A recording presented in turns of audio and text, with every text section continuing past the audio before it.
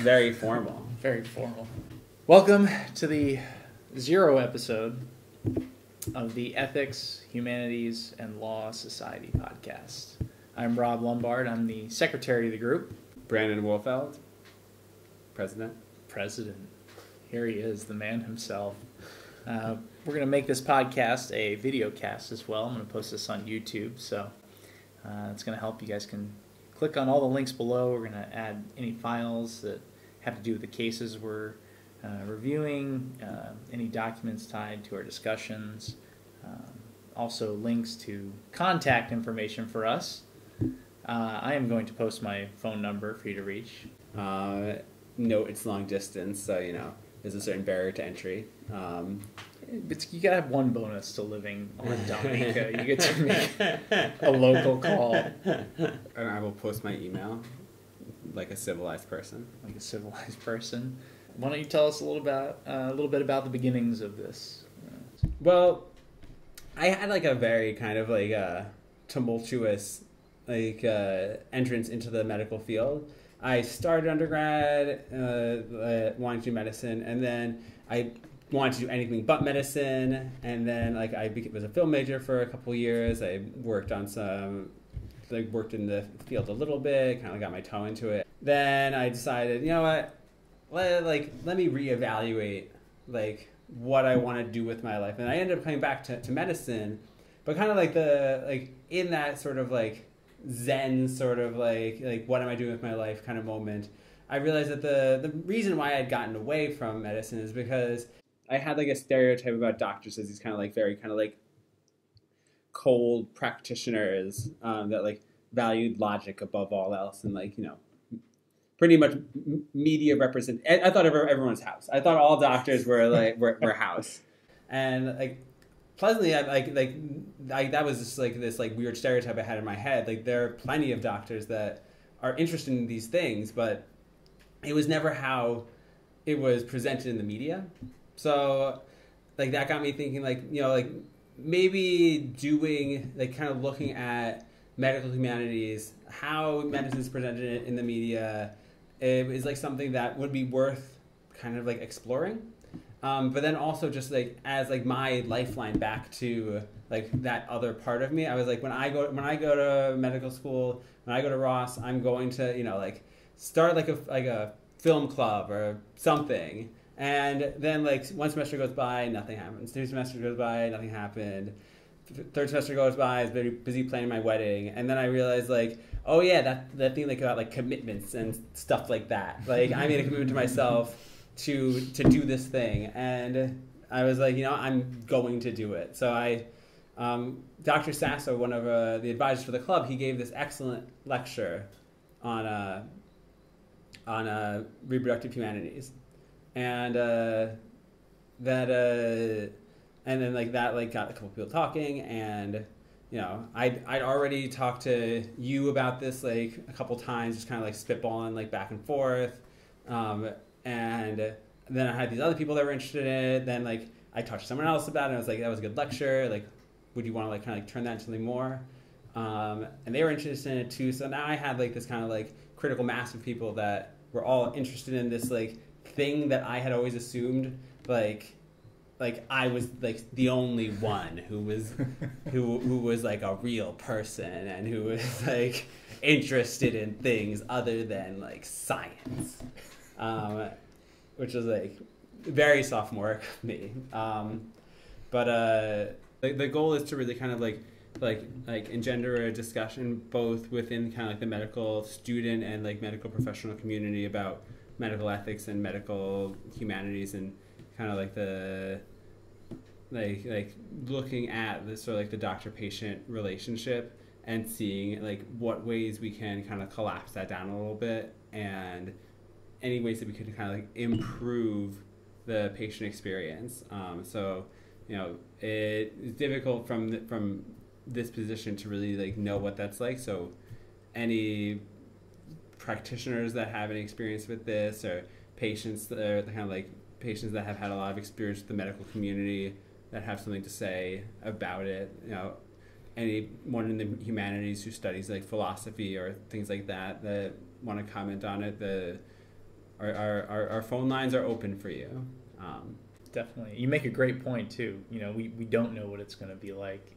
However, this is going to be the foundation we're building off of. So I think to have any kind of a leg up at this point is going to do a lot of justice further down the line whenever we get into practice. And oh yes, absolutely. I remember Dr. Craybill, one of the advisors for this club, and kind of someone who really helped me, like, push me in the direction, kind of like prod a little bit to kind of like define what it was that we were doing here. He showed me this article that kind of like really tried to define the medical humanities, and there were two styles that were discussed, like the idea of it being like compensatory, that there is some sort of like lack in like medical practice, that like it's cold or whatever, and so we'll like slap on like a humanities course, we'll read a couple of books, and then we will have compensated for whatever perceived lack in like the human side there was, because like Tuskegee or whatever, like apparently something was wrong. And then the other idea is a more like integrative approach that throughout the the entire medical education, you should be kind of looking and seeing ways to insert like the patient perspective in all of in everything that you learn. And I think that I know that in my education, that is definitely something that certain professors are definitely trying to do. But I feel like we're as a profession kind of like behind the eight ball on this one. So anything that I could do could kind of like push that discussion forward a little bit. So I thought it was a really great idea for you to do this podcast or video blog or whatever medium it ends up taking, because I feel like this is mostly for students, and I know that like as a student, like any time that I can not be reading something is usually like I'm like, yes, my eyes, I didn't wear glasses when I came here. So I think this is a really great medium for us to kind of like get news out about the club, for kind of like just the people on this island, but then also kind of explore the issues that we're going to be talking about, which if you're a practicing physician and you want to talk on this show, you can email me. My email address will be on the website. We'd love to have you on the show and get a take on how you feel about these issues as someone who has dealt with them already. Absolutely. The progression of this is to get some expert opinion. So, and I think that's going to be very beneficial and definitely a long-term goal of the podcast. I would like to also use this podcast. We're going to have a lot of activities and a lot of discussions kind of like percolating under the surface, and I just want to try and get all of those means of communication out there. Definitely emailing me, getting on this podcast, that is definitely one way that you can kind of get involved in the discussion and better the medical community here. Another way is that we have a Facebook group, a Facebook page, Ross University Law, Ethics, and Humanities Club, until I update the name, and then it will be Society. So we're gonna even more frequently than this podcast comes out, we already have a pretty nice roster of topics that you can engage in there. We're on Twitter, Ross Ethics, at Ross Ethics. So any sort of platform that you want to engage us. And then if you happen to see me, I'll put my picture up. If you happen to see me, everyone has free reign to just stop me and talk at my face. That's always there you have it. That's always an option. So that is an invitation from the president himself to talk in his face. So those are all platforms to get engaged on. And as for things to get engaged with, I've already mentioned the discussion hours. We're also going to try and have movie screenings with discussions afterwards to try and enrich the kind of more humanities side of things. We're going to try and have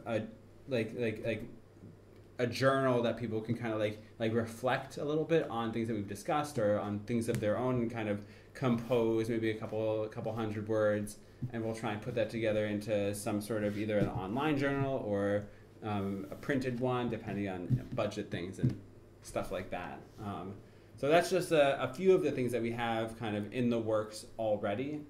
So moving on a little bit into like the e-board and kind of the background, you've already met me, the secretary, you, the president. Who else do we have on board? So we also have Anjani Hagen, who is a colleague of mine who unfortunately her responsibilities have not been fully laid out. She's our treasurer. However, she is unfortunately a treasurer without a budget. So click on this podcast several times. There's also a YouTube video. Play that over and over and over again. And we'll discuss the ethics of that at some point, I'm sure. Get us that budget. Or, we could expand the audience to any insane millionaires who would like to kind of oh boy. Oh wow. That was terrible. Is that your insane millionaire ringtone? It was. The millionaire just tuned in. Look at that. We have a budget. A budget for evil.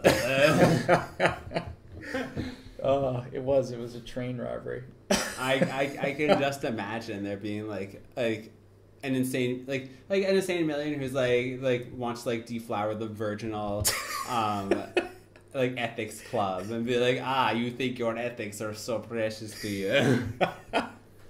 I like how he's Russian. No, that was my best Ugatu. Oh, gotcha. That was my best Peter Lorre. Oh, there you go.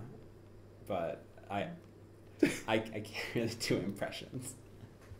So back to the e-board. So Peter Lorre is really proud to resurrect Peter Lorre. And he is going to be the e-board's enforcer. Okay. So we have an enforcer. Yeah.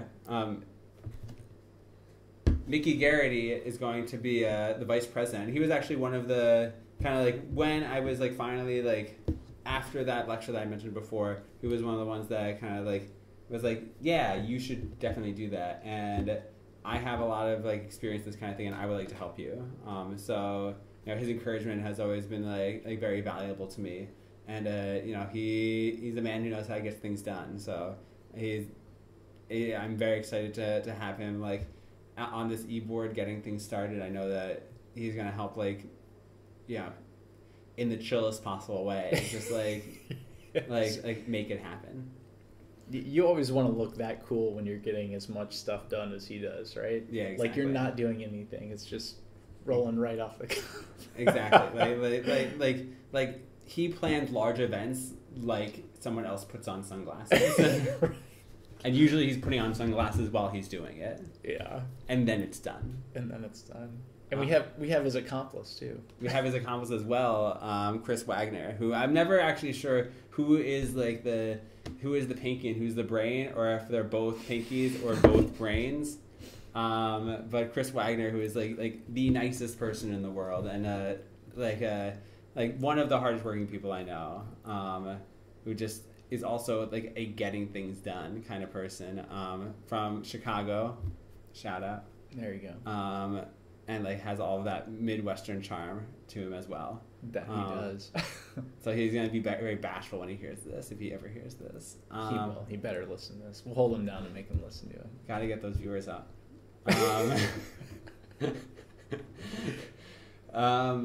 So he's going to be our director of communications. And then probably the most important job is director of content. She's a spectacularly